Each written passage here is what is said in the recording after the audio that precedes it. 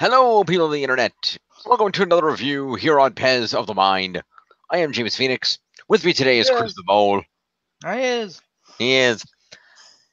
And today we are here to review the recent film that came out last December, the sequel to the 1994 film Jumanji, based on the children's book of the same name, and that is And the it's Zatanna, or whatever it's called.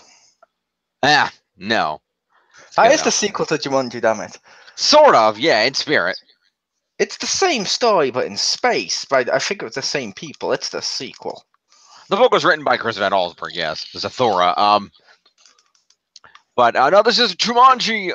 Welcome to the Jungle, starring, of course, Dwayne the Rock Johnson, Jack Who has been Black. in, and I will say The Rock has been in an unusual amount of films with the title Welcome to the Jungle. Yeah, it's true. As well as Jack Black, Kevin Hart, and Catherine Gillian. I'm sorry, Karen Gillian. Sorry, got that actress name wrong. Karen Gillian.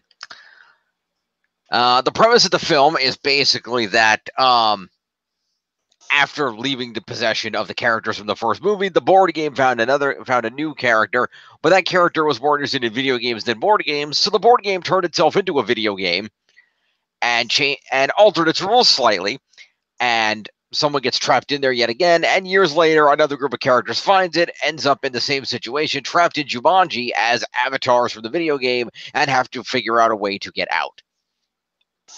Yep. And it's surprisingly actually a really good movie. It is. Interesting things they did is like you had all the teenagers showing who they are as teenagers before they go into the game. They set up an old video game, and they're not like, "Oh, this is a SNES. We need to play this." So I don't even know what the fuck console that was because I don't think that was an existing console. No, I think it was a bullshit thing made to look like an Atari. It made to look like an Atari if it had a love child with a NES. Yeah, something like that. And but they weren't like, "Oh, let's go play this. This is super awesome." They were all like, "Oh, it's one of these old games. Let's do it. We're bored. Come on," like an ironic way, which it works because teenagers wouldn't be excited about a fucking an Atari or whatever in fucking 2018. But they might be tempted to just give it a try for irony's sake and boredom. Yeah, which worked. And of course, we just think we learn about the characters. The main character who is a bit of a nerd, and his friend who is a jock on the football team, who they've kind of grown apart in recent years, but the jock has been using the nerd to save his grades so that he doesn't get kicked off the football team. There's also a young lady who is very against sports, who does not want to participate in phys ed, and another young lady who is the traditional blonde, always on her phone, popular girl, who just thinks that she's hot shit. To be fair, the girl that doesn't want to compete in phys ed, that's not all her thing. She's one of the outsider nerdy girls. Would be more of her stereotype.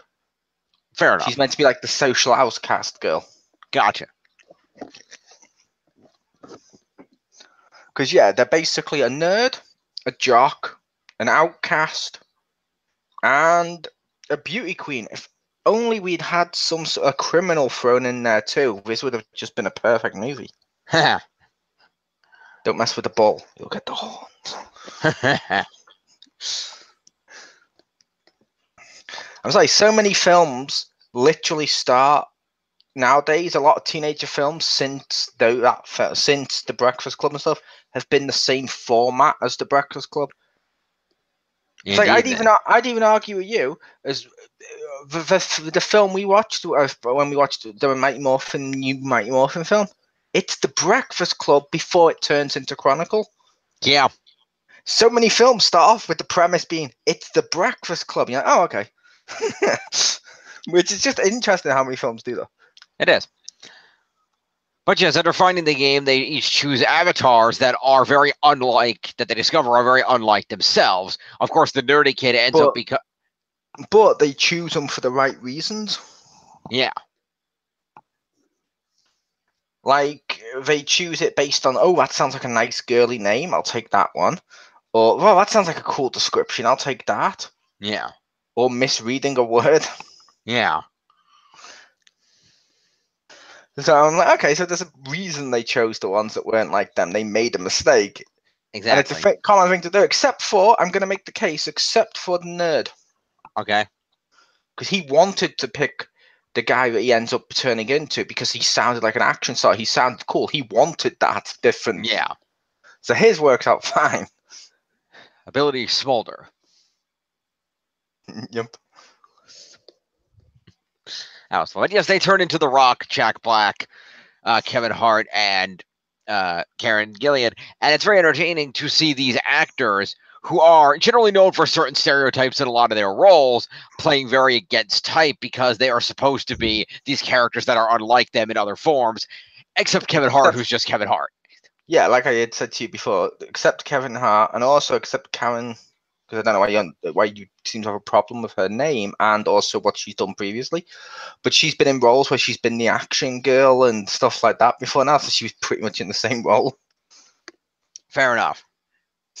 But I'm more at the idea. No, I don't mean that. I'm more at the idea, the fact that the Avatar is an action girl, but No. she's No. In the action film, she's played like the shy, reserved girl that then comes out of her shell and kicks ass.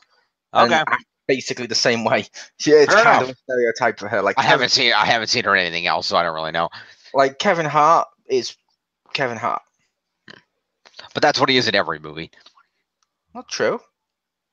In The Secret Life of Pets, he was Kevin Hart if he was a bunny. That's completely different. Fair enough. Like if he was an insane bunny.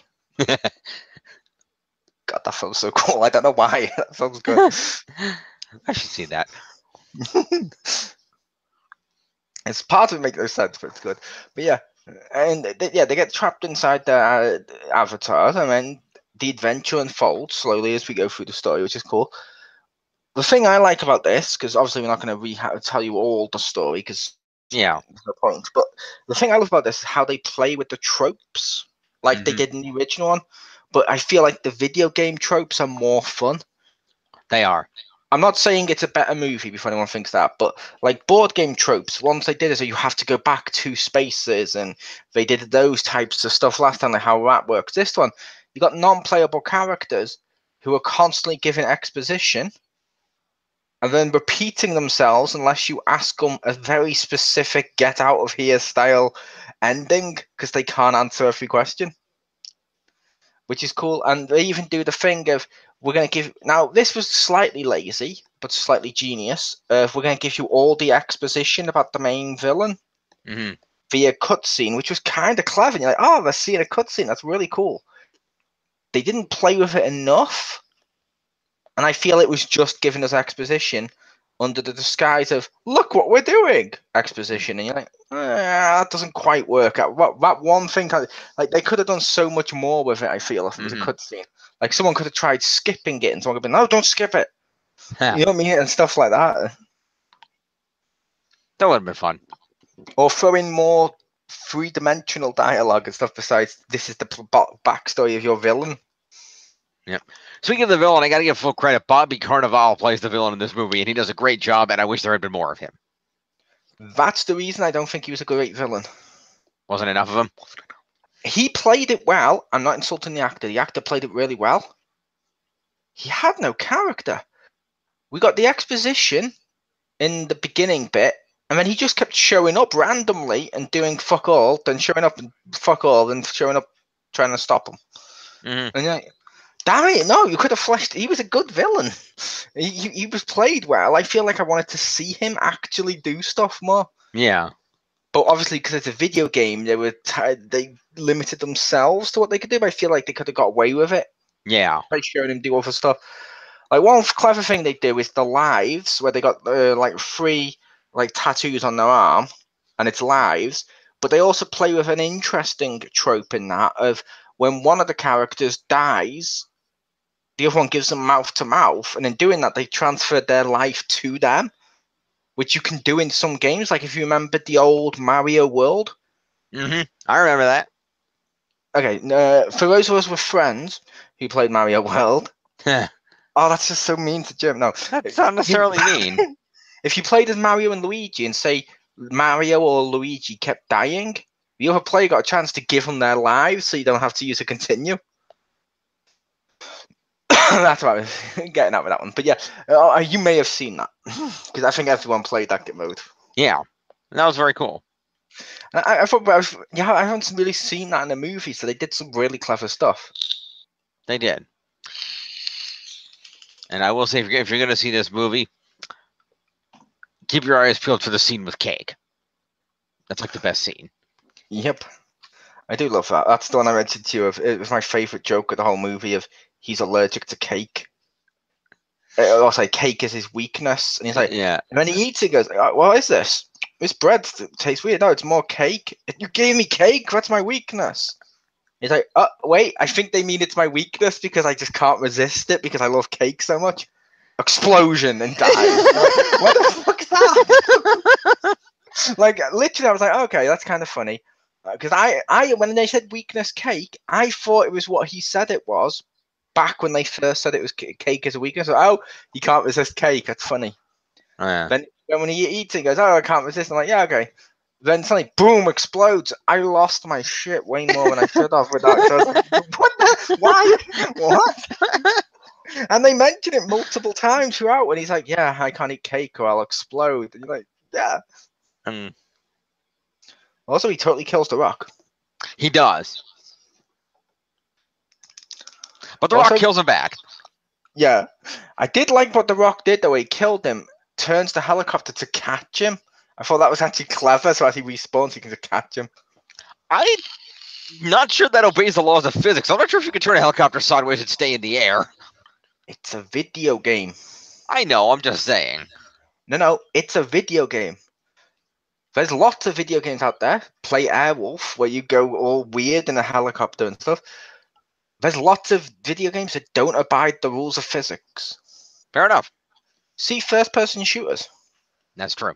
Where you can get shot in the face with a rocket, stabbed, shot with like a machine gun and stuff, but as long as you crouch behind a wall, you're alive and you heal. If only the body armor. If only the army did that, like just brought a little wall with them and like, oh, wait, I got this, guys, and just drag the guy when he's like stood on a landmine just behind the wall so he can heal. We'd save so many lives. We would, it's true. But yeah, that was funny when they turn it on its side and just catch him. I was like, oh, that's cool. Yeah. And I'm also credited this movie that they did make some references and pay tribute to the first movie from 1994. Of course, with the board game appearing at the beginning of the movie. And then later on, when they're actually in the Jumanji jungle and they're getting near the goal that's at the end of the movie, they pass a bunch of large statues that are actually shaped like the playing pieces. And at one point, one of the clues they find is actually the elephant playing piece that belonged to Alan Parrish, Robin Williams' character in the first movie. And no, the best one is the treehouse where it says Alan. Well, that's what I was getting to. Yeah, that was my next thing. They also end up when they meet up with their fifth character, who is the kid who was sucked into the game years before the rest of the characters, who is played by one of the Jonas Brothers for some reason, who admittedly does not do a terrible job. He's good in this. Yeah, he's the pilot, and he's hanging out in a treehouse that was built by Alan Parrish while he was, of course, if you remember the original movie, when he was Alan Parrish as a kid was sucked into the Jumanji jungle in the board game version. In the jungle, you must wait until the dice read 5 or 8. And he ended up coming out years later as Robin Williams as an adult, having been trapped in there for like 30 years. Yep. I will say, the reason the Jonas Brothers there, one, like you say, didn't do a terrible job. And B, it's a name that would attract people for family films a little bit. Like, oh, he's in this. Some of the fans of his band may go in there. True. This wouldn't be the first family movie to pull off subtle hints of getting off someone's success because of their famous music career. I point you to a little unknown movie called Moonwalker, which then starred a little unknown singer by the name of Michael. And I can't remember his last name, but I know there's a rabbit in that. I have that movie. Nice. I used to have the Mega Drive game.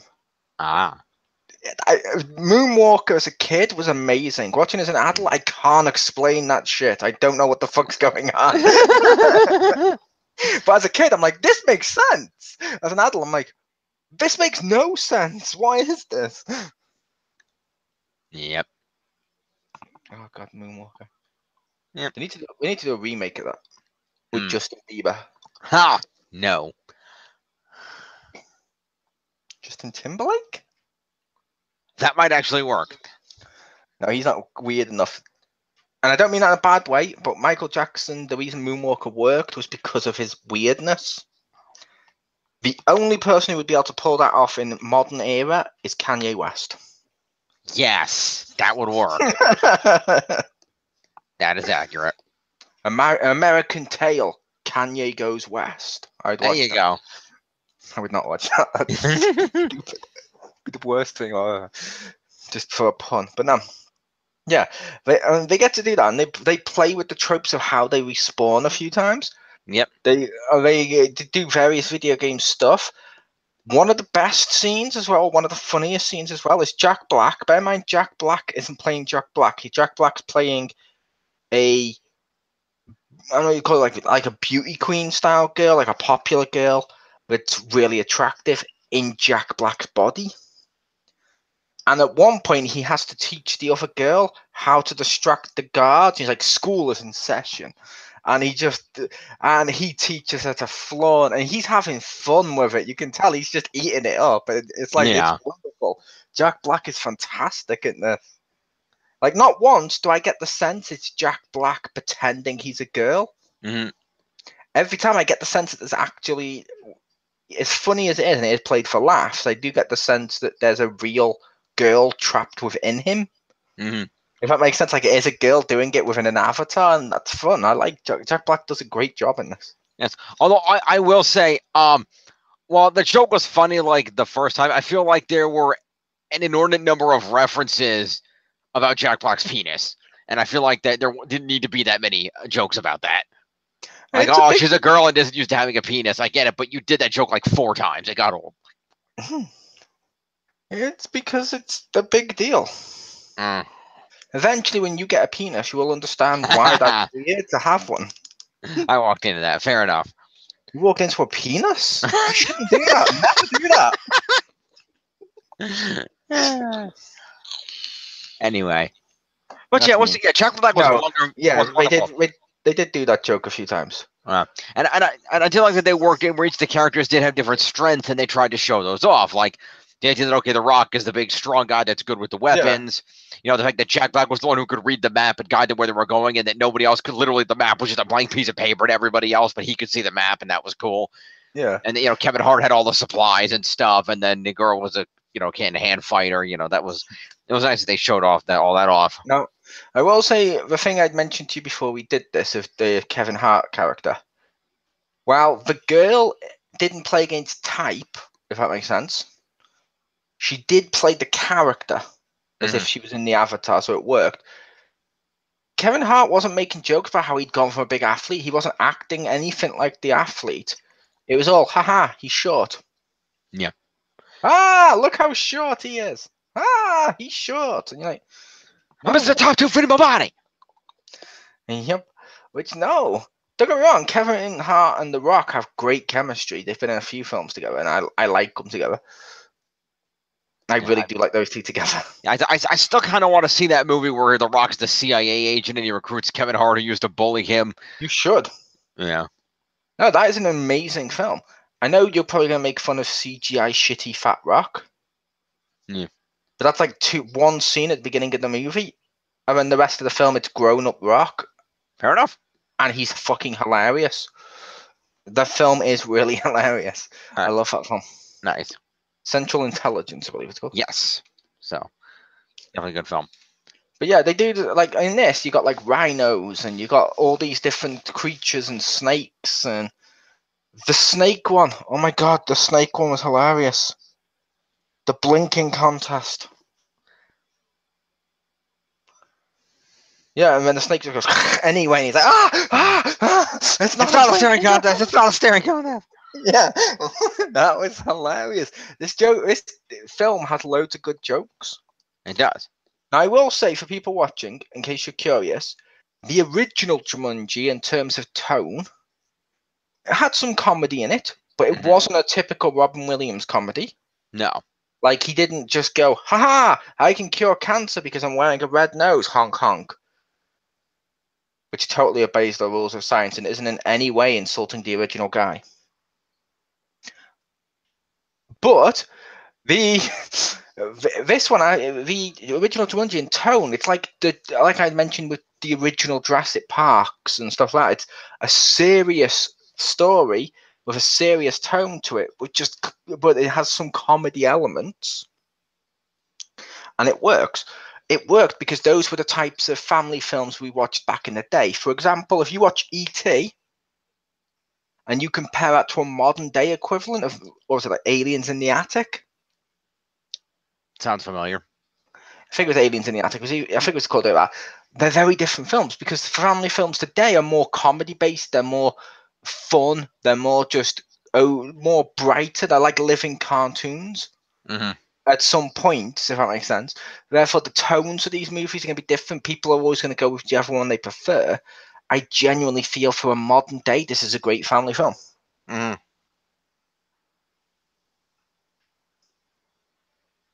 It is. It's an excellent family film, and it's.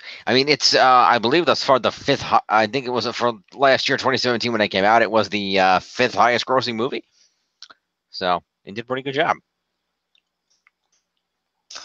Behind, let me guess, comic book movies and Star Wars? Probably. Considering last year was the episode 8. Actually, no. Behind. Let's see. Number 4 was Despicable Me 3, then Fate of the Furious, that shitty Beauty and the Beast remake, and Star Wars. Star Wars was there. Yeah. I'm surprised there wasn't any Marvel films there. You would think. No, the highest Marvel film was Spider-Man: Homecoming, and that was at number 6, just behind it. Yeah. Wait, are you only going by US distribution? No, worldwide gross. Oh, because I know Spider-Man slaughtered it in global. Okay, because worldwide gross, Spider-Man: Homecoming brought in over 880,166,000. Yeah. Jumanji brought in 961,937,000. Yeah, I was saying before you just read all of Wikipedia, this is no Wikipedia review. I was saying they mentioned a while back that Spider-Man did better overseas, but it's possible the other one did better at home. Right, it's possible that worldwide, so the better grosses here made up for the lack there. Yeah. Yeah, that's all I was saying. We don't need to read all of Wikipedia, please. Fair enough. But yeah, it still did really well. I think way better than anyone expected it to, given that it was a sequel to a beloved movie that nobody really had that high of expectations for it. Honestly, while I didn't think it was going to be great, I said to you at the time it won't make a shit ton of money. It's a sequel to Robin Williams' movie after he died, which means that's one of the reasons I didn't want to watch it, is I thought it was going to be milking his death. It wasn't. Now, I would make the case this movie could have been made if he was alive. It's weird they waited till he died to do it. I feel like part of cashing in on his death was part of the reason. Maybe.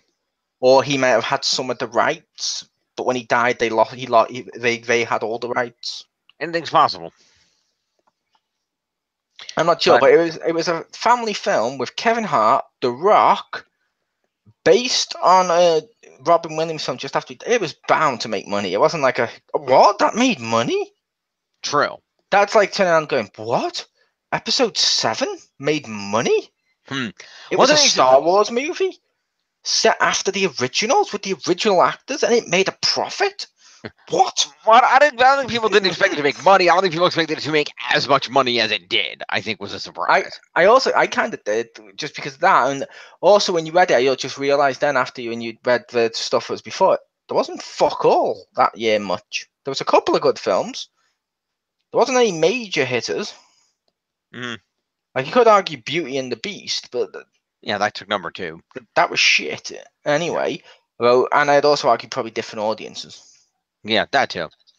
Yeah, because really the Marvel movies were Guardians 2 and Thor Ragnarok, which were good but not major. Yeah, about 4 was awesome. It was. It wasn't Justice League last year. I don't know. Might have been the very start of this year. I think I don't know. Either way, if it was, it's not in the top 10. Wonder Woman made it though. That was number 10. Yeah, Justice League might have been this. No, I can't even remember. No, Justice League was definitely last year. It was in November. It just didn't do that well. Yeah, I know it didn't do well, but I was just thinking, when did it come out? And I was like, yeah, that makes sense. All right. But yeah, so this Jumanji sequel is an excellent movie. It's available on DVD and Blu-ray, on demand, so on and so forth. And I encourage everybody to go check it out. If I was going to rate this movie, I would give this a good strong 9 out of 10. It's an entertaining film. The acting is good. The effects are good. It appropriately pays tribute to the original without ham-fisting it or trying to, just make money off the name and the memory. And it's just a great family film. And I think that if you enjoy it, you should go check it out. And it is worth. I would make the case it does make money off its name and the memory. That's Well, the hook to get you in there. We but just it doesn't- established this. Yes, but it doesn't just do that. Was my point. It does more than that. It's not just a cash grab. It's actually a good movie. Yeah. And it is worth noting that it did do well enough that there is a third Jumanji movie in production with the four main cast members, Dwayne Johnson, Kevin Hart, Karen Gillan, and Jack Black, who are slated to return. And that's slated for release at the end of 2019. That's going to be weird. Only because they returned at the end to their original bodies and stuff. Mm-hmm. The game reset, unless it's different people going into the game and just happens to be the same avatars. It's weird that they would all choose their same avatars again based on how much they didn't like it the first time. Yeah, I'm theorizing it's probably going to be new kids who end up playing the same avatars, and therefore the same actors would technically be playing different characters. Yeah, which I don't like that because I don't think they have the range to pull that off. I'm not insulting them, but I don't think it'll be pulled off well. Yeah, probably not, but we'll see. I'm interested to see where they go with it. Maybe the Jumanji will, maybe they'll make it even more, contemporary, and Jumanji will turn into a VR game or something. Now that'd be weird. It already pulled you in. That's more VR than VR. Yeah. That's weird. Anyway, great movie. Mo, your final thoughts. It's a good movie. It has some problems. One is the stickler of how you feel going into it because of why it's got made. There is a little bit of negativity there. The Kevin Hart character, while funny and gives the best scene, is kind of weak compared to he doesn't fit with the rest of them. However, like I said, it looks good. They do some great play on video games, even if some of it's used for lazy writing in the exposition thing. But like I said, it's still a good movie. I recommend you pick it up and buy it today. If you're like me, I highly recommend you buy it through Sky. Mm-hmm. Only because our Skybox here, if you buy it through there, you can order a DVD or a Blu-ray, buy and keep it, download a copy to your Skybox and watch it instantly, get a copy sent through the post, and depending on whether or not it's one of the Blu-rays, because I don't know, I haven't actually looked at my Blu-ray box for that yet. It's still wrapped because I watched it on the Skybox. If it's one of the Blu-rays that does it, they come with a digital code so you can get it on your phone or something like that. Which means doing it with that from Sky, it's the same price, and you're getting it on 1, 2, 3 different things. Nice. For the same price, and it's worth it. Yeah, pick it up. That's why I picked mine up. But you don't have to do that. You can pick it up other ways. There is other means out there. Yeah, it sounds like a good deal. One other thing I will mention, one thing that initially concerned me when I saw the end of the movie was the fact that I felt like there was gone against the established canon of Jumanji, in that at the end of the game, even though the character that the Jonas brother was playing he came back to his time in the 90s, which makes sense because that's what happened to Alan Parrish when the game ended. Is he and who the hell else was it? I don't remember the name of the other actress, but the two Robin Williams and the other character from the 60s in the original woke up back in the 60s, and it was as if the game had never happened. All the effects of the game, including the passage of 20 or 30 years, had been erased. Whereas in this version, the 4 high schoolers remember that they were in the game, even though the other kid who started that particular game back in the 90s went back to his time. And at first I'm like, well, this doesn't really fit with the established canon. But then it was pointed out to me, I believe it was by you, the fact that, well, in this case, it wasn't the kid from the 90s who needed to learn a lesson. It was these kids from the future that were learning the lesson, so they would need to remember. I didn't say that. Oh, wasn't you? All right, somebody pointed that out to me. I don't remember who it was. But so I would argue the reason it was different was because board game. What do you do in a board game?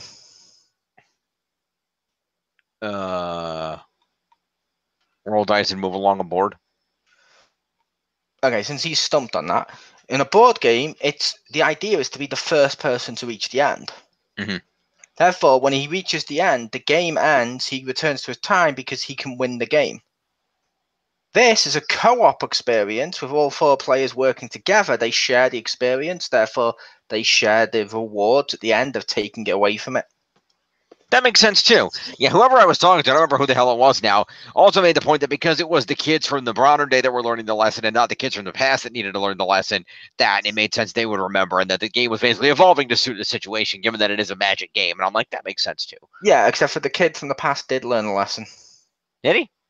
Yeah, because he mentioned when he was in there, he was always obsessed with gaming and just locked himself in his room, as his mum mentioned. And at the end of it, he's moving in, he's helping his mum, and he's not doing games or anything like that. He's learning to live with his family and just live his life instead of living it through a game. True. Fair enough. Well, this has been a look at Jumanji. Welcome to the jungle. Jumanji, welcome to the jungle. Indeed, like I said, available now. Check it out. And make sure to join us in the future when me and James Phoenix will for you the Emoji Movie coming soon. You and the Emoji Movie. We will, however, see you tomorrow for our pointless conversation with Anastasia Laserbeam. And then we will join you at the end of this coming week when we will have the PlayStation Plus review on Friday, and then our weekend of E3.